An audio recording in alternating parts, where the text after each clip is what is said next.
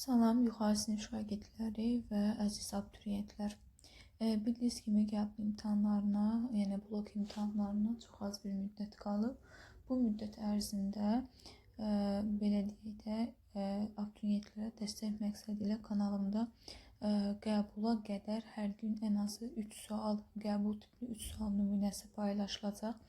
Yəni məqsəd odur ki, yəni blok imtahanında şagirdlərə dəstək olmaqdır və hər gün ən azı kanalda 3 sual, yəni qəbula düşə biləcək sual nümunələri paylaşılacaq. Çalışdığım qədər gün ərzində videonu çəkib kanala yerləşdirəcəm.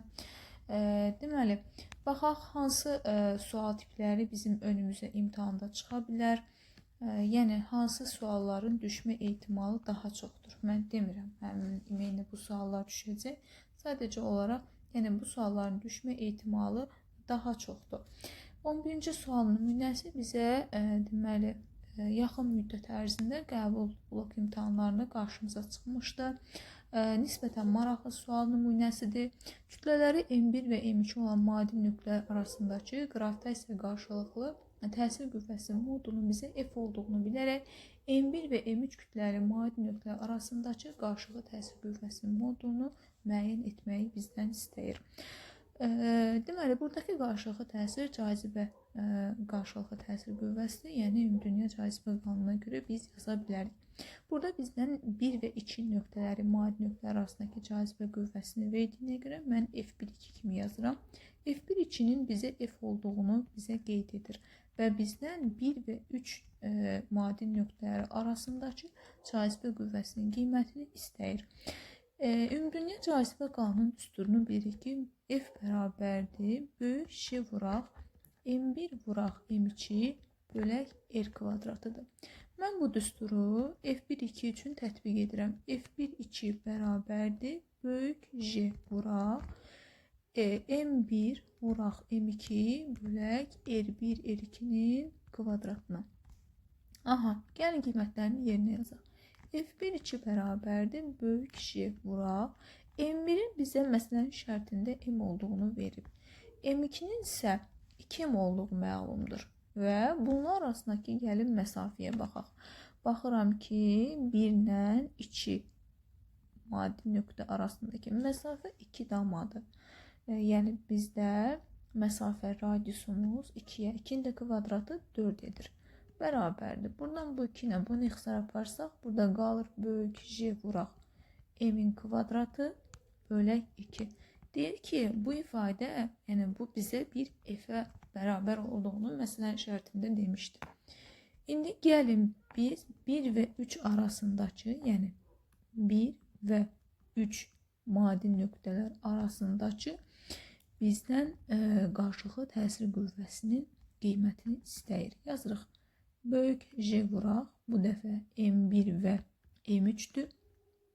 Və baxıram ki, M1 və M3 arasındakı məsafə 4 dama, yəni radius burada 4'ə bərabər. 4'ün də kvadratı eləyir 16. Bərabərdir. Gəlin M3'ün də qiymətini yerinə yazaq. Böyük J vuraq. M1'im M'dir. M3'üm 4M'dir. R isə yazmışdım bayaq 16'dır. 4'dən 16'nı sapardıqda burada qalır. Böyük J vuraq. M kvadratına bölək 4'ə. Baxın, yuxarıdakı bu J vuraq M kvadrat bölək 2'yə bir F deyibsə, bizim aldığımız bu ifadə yuxarıdakı ifadədən 2 dəfə kiçikdir. Onda biz buna deyərik ki, F bölək 2 olar. F bölək 2 də C variantında göstərilib. Doğru cavab C variantı. Bu sualın qəbula düşmə ehtimalı bəli yüksəkdir. İndi isə keçək başqa bir sual nümunəsinə baxaq. Yəni daha çox qəbula düşə biləcək suallara biz baxırıq. Sonra şagirdlərin tez-tez soruşduğu sual nümunələrinə bir də 24 tipli sual nümunələridir. 24-cü suala baxaq. Deyir ki, cismi yer səthindən hansı hündürlüyə qaldırmaq lazımdır ki, sərbəst düşmə təcili 2 dəfə azalsın. Deməli, yuxarı hərəkətə, yəni cisim yer səthindən yuxarı qaldırdıqda malik olduğu o qravitasiya sahə intensivliyini biz GH-dan işarə edirik. GH bərabərdir. Burada G0 bölək 2-yə bərabər. Çünki deyək ki, sərbəstləşmə təcinin qiyməti, yəni 2 dəfə azalsın. Və bizə deyir ki, hansı hündürlüyə qaldırmaq lazımdır. Yəni biz H axtarırıq. Biz müəyyən bir hündürlükdə GH-ın düsturunu bilirik ki, G0 vuraq. R bölək R üstə gələk H mötərizə kvadratına bərabərdir. GH-ın qiyməti G0 bölək 2-dir, bərabərdir. G0 vuraq. R bölək R üstə gələk H mötərizə kvadratına. Buradan G0-lara yaxşı yol. Burada qaldı deməli 2-də 1 bərabərdir. R bölək R üstə gələk H mötərizə kvadratına. Hər tərəfdən kök alsam R bölək R üstə gələk H bərabərdir. 1 böl kökdə 2-yə bərabər olur. Buradan R üstə gələk H bərabərdir. R kökdə 2-yə. Buradan H-ı tapdıqda belə deyək də R kökdə 2-dən çıxırıq R-i və ortaq vuruq olaraq R-i çıxartdıqda olur. Kökdə 2 çıxaq 1 almış oluruq. Deməli, düzgün cavab 24-cü sualda A variantında göstərilib. Bu da yəni qəbula düşə biləcək suallardan idi. Sonra növbəti sual, burada misal üçün 26-cı suala baxa bilərik. 26-cı sual nümunəsinə baxaq. 26-cı sual nümunəsində bizə FH-ın H-dan asılılıq qrafiki verilibdir. FH dediyimiz düsturunu bilirik, bizə məlumdur. FH bərabər F0 vuraq. R bölək R üstə gələk H mötərizə kvadratdır. Qrafikin başladığı nöqtə mənə həmişə bura F0 verir. Yəni mənim F0-ımın qiyməti 180-dir.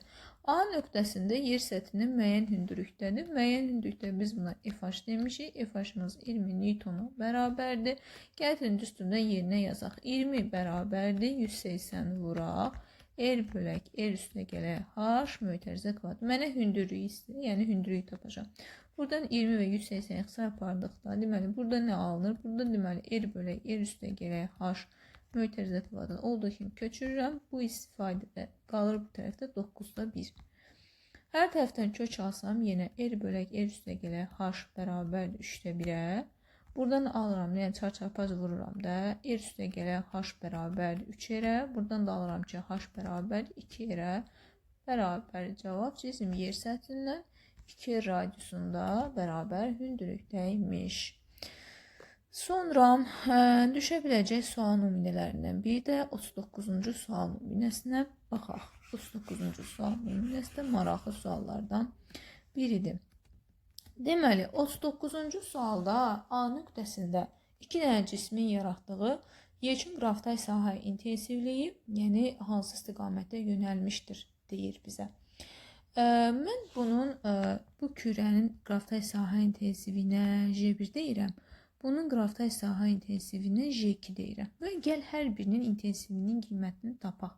J1 bərabərdir, böyük J vuraq M-ə, bölək R kvadrat düsturundan hesablayaq. Böyük J olduğu kimi qalır. Baxıram ki, bunun kütləsi 2M-dir. Yerinə yazıram 2M. Radius isə, yəni bax mərkəzdən verilən nöqtəyə A nöqtəsinə qədər R-dir. Aha. İndi gəlin J2-ni tapaq. J2 ilə bərabərdir. Yenə eyni ifadədir. M bölək R kvadratı bərabərdir. Böyük J vuraq. Burada artıq görən kütləm M-dir. Aha. Və mərkəzlə, kürənin mərkəzindən belə deyək də, A nöqtəsinə qədər olan məsafəsi 2R-dir. 2R-in də kvadrat edir 4R kvadratı. Mən görürəm ki, mənim J1-nin qravitasiya sahə intensivliyi J2-dən böyükdür. Hansı qravitasiya sahə intensivliyi böyükdürsə də, yəni yekunda qravitasiya sahə intensivliyi o istiqamətdə yönələr. Yəni J1 belə də burada J2-dən böyük oldu da. Biz bu ifadəni aldıq ki, J1 böyükdür, J2-yə bərabərdir. Aha, yəni deməli mənim yekunda qravitasiya sahə intensivliyim J1 istiqamətində yönəlir. Yəni J1-im də buydu da uşaqlar.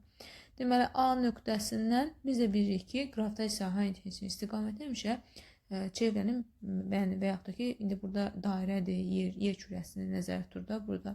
A nöqtəsindən yerin mərkəzinə doğru yönələr. Yəni bu istiqamətdə, yekun qravitasiya sahə intensivliyimiz bu istiqamətdə. Və burada diaqramda da görürük ki, bu istiqamətə gedən 4 rəqəmindən işarə olunub. Deməli, 39-cu sualın düzgün cavabı A variantı.